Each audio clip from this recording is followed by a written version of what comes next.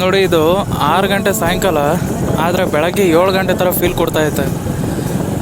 ಯಾಕಿರ್ಬೋದು ಅಂದರೆ ಕಲಿಯುಗ ಅನ್ನೋದು ಅಂತ್ಯ ಆಗುವಂಥ ಸಂದರ್ಭ ಇದೇನೆ. ಯಾಕೆ ಅಂದರೆ ಮನುಷ್ಯನ ಪಾಪಕರ್ಮಗಳು ಹೆಚ್ಚಾದಷ್ಟು ದೇವರು ತನ್ನ ಶಕ್ತಿನ ಪ್ರದರ್ಶನ ಮಾಡೋ ಕೆಲಸಗಳು ಆಗ್ತಾ ಇರ್ತವೆ. ಸೊ ಈ ಕಾರಣದಿಂದ ಲೈಫ್ ಅನ್ನೋದು ತುಂಬ ಶಾರ್ಟ್, ಕಡಿಮೆ ಅವಧಿಯಲ್ಲಿ ಮನುಷ್ಯ ಬದುಕೋದು.